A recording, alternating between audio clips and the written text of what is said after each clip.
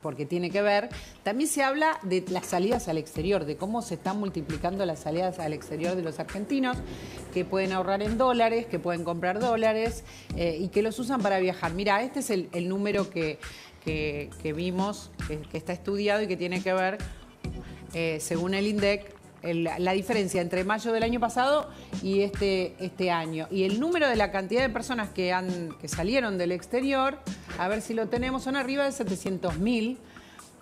Son un montón, muchísima gente que se está yendo en mayo. A ver si podemos ver la otra placa. Ahí está, mirá, 752.834 personas salieron del país. Ahí estamos hablando de dólares que se van fuera de la Argentina.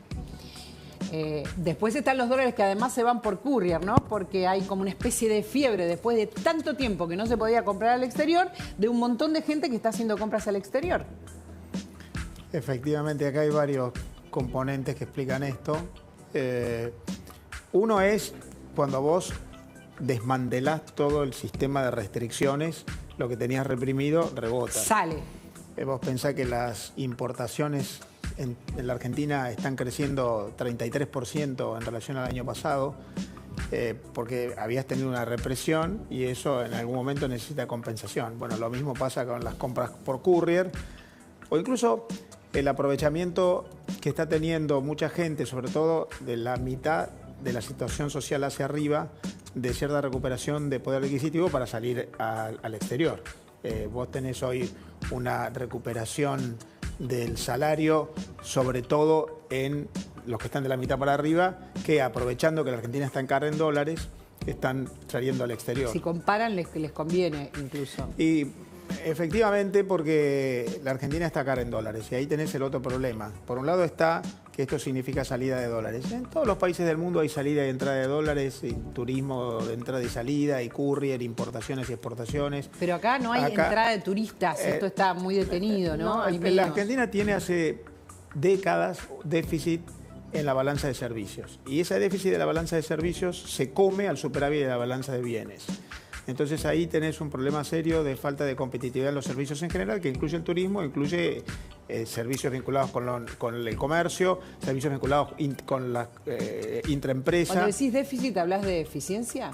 ¿O hablas déficit quiere decir que la Argentina importa más servicios que los que exporta, por montos que en promedio en los últimos años son equivalentes, pero o sea que esto viene de antes. Sí. Esto viene de antes. Ahora, claro, cuando vos tenés una Argentina con altos precios en dólares, esto alienta la salida de turistas al exterior. Por lo tanto, el otro tema que hay que plantear acá es que la Argentina tiene que hacer cada vez más intensos sus esfuerzos para las reformas estructurales, para bajar costos y mejorar su nivel de precios. La Argentina está bajando la tasa de inflación, pero todavía tiene alto el nivel de precios, que no es lo mismo. Y ahí se necesitan muchas reformas estructurales y sobre todo las reformas impositivas. El costo impositivo en la Argentina sigue siendo muy alto y ahí se necesita un esfuerzo no solamente del gobierno nacional, sino de los gobiernos provinciales y municipales. Ahora, dijiste dos cuestiones, hay muchas reformas que hay que hacer, pero la que más hincapié haces es en los impuestos. ¿Cómo hacemos para reformular los impuestos cuando baja la recaudación, por ejemplo? Cuando la gente tiene poca plata, baja la recaudación de algunos impuestos. Bueno, en realidad la recaudación ahora ha venido incrementándose. Este año se va a incrementar porque la economía crece. Este año está previsto que crezca 5,5%. En el primer trimestre creció 5,8%. Y vos decís que la recaudación viene de la mano. La recaudación va a subir y eso puede permitir la baja de impuestos. De hecho, lo que el gobierno ha hecho últimamente es, aprovechando que, sobre todo después de abril, mayo del año pasado, la economía empezó a mejorar, mejoró la recaudación y eso fue una circunstancia que el gobierno aprovechó para bajar o eliminar impuestos. Por ejemplo, el impuesto país. Es una buena noticia que hay que dar, porque viste que muchas veces se habla de que baja la recaudación y no es así. No, y este año con un crecimiento de la economía de 5,5% o más por ciento en el año, la recaudación va a subir. Ahora, Lo que la Argentina necesita es una reforma integral del sistema impositivo, no solamente sacar algún impuesto, bajar alguna alícuota, incluso una reforma en la relación entre el Estado federal y las provincias. Ahí todo el sistema de coparticipación, los impuestos que cobran las provincias, los impuestos que cobra el Estado nacional, todo eso genera altísima incompetitividad. Son muchísimos impuestos. Son muchísimos. Si los sumamos todos. Y además algunos son muy improductivos, son muy ineficientes, son impuestos distorsivos que desalientan el proceso productivo o el proceso de inversión. Por lo que ahí hay que hacer un trabajo entre el Congreso y el Ejecutivo, entre el ámbito federal y los ámbitos provinciales, y me parece que... ¿Eso no requiere legislación? Por supuesto. Los impuestos son algunos nacionales y pasan por el Congreso Nacional, y otros provinciales y pasan por cada legislatura provincial. La idea entonces es que si hubiera una reestructuración y se bajaran determinados impuestos o desaparecieran otros, los costos serían más bajos también para los que producen. Hay que plantear bajas de costos por varias vías. Una es la impositiva, otra es claramente la reforma laboral, que está desde hace rato pendiente. La otra también es un esfuerzo del propio sector privado. El propio sector privado, cuando vos pasás de una economía inflacionaria, dirigida, intervencionista, cerrada, a una economía de mercado más abierta y competitiva, las empresas tienen que cambiar su modelo de negocios y tienen que cambiar sus modos de organización. Y ahí también hay un esfuerzo de eficiencia que tienen que hacer las propias empresas, que irá ocurriendo a la medida en que el proceso avanza, que también tendrá que ser acompañado por una mejora en el financiamiento, una apertura internacional, acceso al crédito externo. Tiene que ser casi simultáneo, sí, ¿no? porque la economía es un sistema, vos no podés hacer una cosa sin la otra, y me parece que también hay que advertir que una salida de tantos años de desorganización económica requiere, además de acierto, tiempo. Y trabajar en simultáneo en varios planos y esperar que vayan ocurriendo ¿Qué pasa si no sucede, digamos, ¿no? Estamos en un año electoral. Bueno, el riesgo es que la Argentina logre una economía estable en términos de precios y cambiario, pero que no sea competitiva. Y entonces, ¿Qué es lo que pasa ahora? ¿Qué es lo que pasa ahora? Entonces, ahí hay que avanzar para mejorar la competitividad. Es muy importante haber logrado una tendencia a la estabilización de precios y de tipo de cambio. Es muy importante, no es menor, sobre todo en la Argentina, que no está acostumbrado a eso. Y eso está permitiendo, por ejemplo, que la tasa de inversión este año se prevé que va a crecer 23% en relación al año pasado. Es una muy buena noticia. Pero eso es muy importante, pero hay que acompañarlo de otros factores que mejoren la competitividad, que es sistémica, que es impuestos, es infraestructura, es financiamiento, es eficiencia del sector público, es eficiencia del sector privado. Me da la impresión de que las elecciones paralizan todo esto, ¿no? O lo postergan. Bueno, hay algunas... Todas las reformas que se plantean seguramente hay algunos condicionantes que la política te pone. Por ejemplo, la gran incógnita que tiene el mercado en relación al tipo de cambio es qué va a pasar después de las elecciones de octubre en relación al tipo de cambio. ¿La Argentina va a hacer algún ajustecito cambiario? Las elecciones ponen a la dirigencia política ante la obligación de mostrar resultados rápidos para conseguir mejores te preguntaba, éxitos. Digamos, hasta fin de octubre, ¿es probable que todo quede como está? En relación a esto que estamos hablando específicamente, ¿no? Hay cambios, hay decisiones, hay anuncios. También es cierto que el gobierno está esperando las elecciones de octubre para tener mayor representación en el Congreso y poder tener más capital político para poner en marcha reformas como la laboral, la impositiva, la previsional. ¿Vos decís para que haya más votos en diputados y senadores? Claro.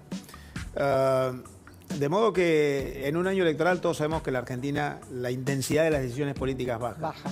Pero yo creo que se puede ir trabajando mientras tanto. Hay programas, hay equipos, hay iniciativas que están en marcha. Seguramente se está trabajando. Lo que digo es que las decisiones se postergan, ¿no? Es una buena noticia que se haya puesto en marcha el Consejo de Mayo, que es el que se había aprobado.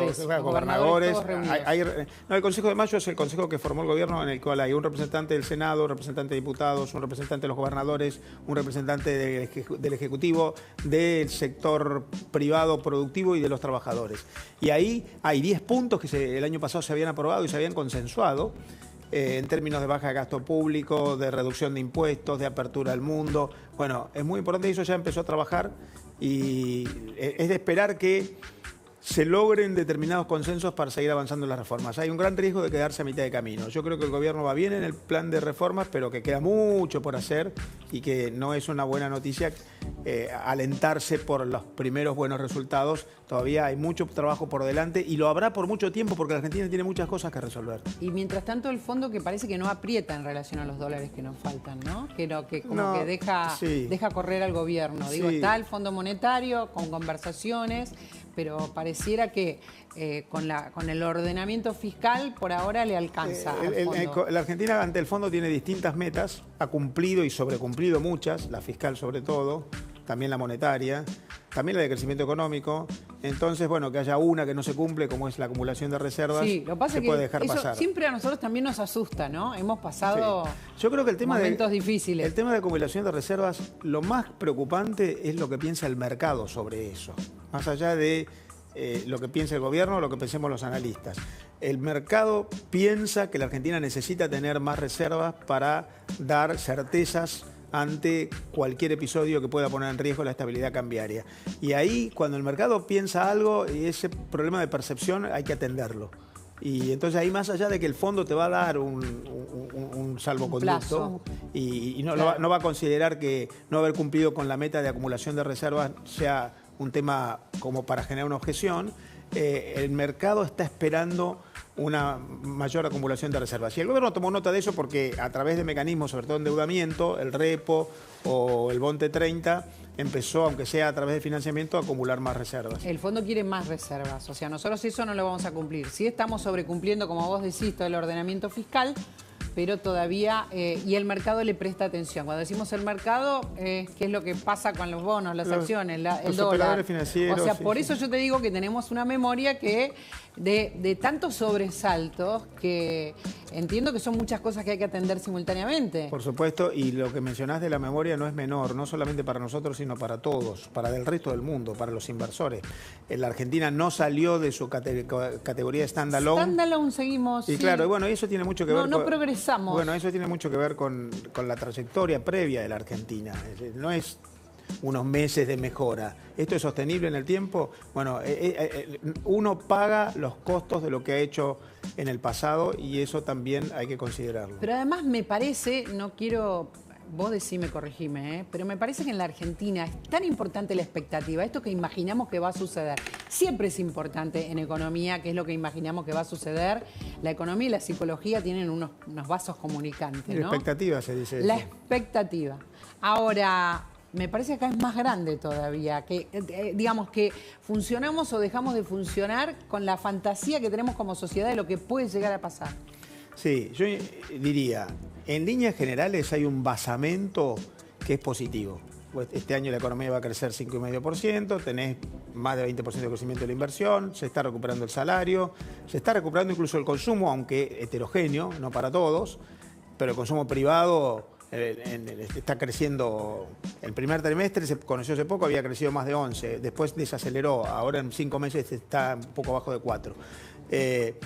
Hay un basamento que está bien, pero lo que digo es, a partir de ahí hay mucho pendiente que hay que seguir trabajando, y no solamente en términos de cumplimiento de las metas con el fondo, sino en la mejora en la competitividad sistémica de la Argentina. Yo creo que, así como afortunadamente el tema de la inflación pasa a ser un tema menos serio y afortunadamente va en tendencia y va a bajar, hay que trabajar mucho en la cuestión de la competitividad de la economía argentina. Entiendo, Carlos, que estás por ahí, que esto la gente lo está percibiendo, ¿no? Esta expectativa que está contando Marcelo. Sí, en la línea de lo que dice Marcelo, yo te diría que la expectativa está sustentada primero en que ha habido algunos resultados, ¿no? Digamos, la baja de la inflación, la estabilidad del dólar ayudan.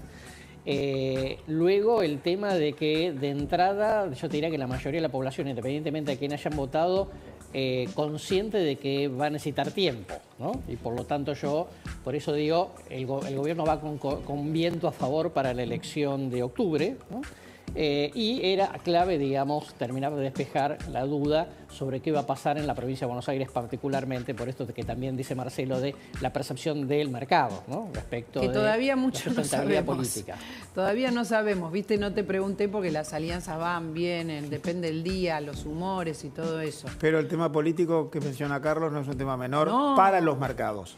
¿Qué pase con resultados electorales determinados y en la provincia de Buenos Aires en particular? No es un tema menor para los mercados, incluso para los calificadores de la Argentina. Bueno, por eso le vamos a prestar mucha atención. Estamos como pendientes. Cuando hay noticias las contamos. Por ahora está todo medio verde. Podemos decirle así, ¿no, Carlos? Sí, digamos, yo de todas maneras digo, no importa qué tipo de alianzas se armen, de todas maneras creo que el viento a favor va para el gobierno. Efectivamente, vos podés ganar, como pasó, digamos, podés ganar a nivel nacional, no ganando la provincia de Buenos Aires, pero es psicológicamente importante el título de la provincia de Buenos Aires. Por eso yo creo que al final, detalle más, detalle menos, digamos, se va a terminar de armar una coalición filooficialista con el PRO y algunos otros sectores, porque creo que el gobierno es totalmente consciente de ese dato del titular que muestre, digamos, esa noche, insisto, de cara a los mercados. Psicológicamente, dice Carlos, Marcelo dice es específicamente importante para los mercados y para lo que es la calificación de la Argentina. Gracias a los dos, qué lujo siempre que vienen. Voy a compartir ahora con ustedes un consejo. Vienen las lluvias y otras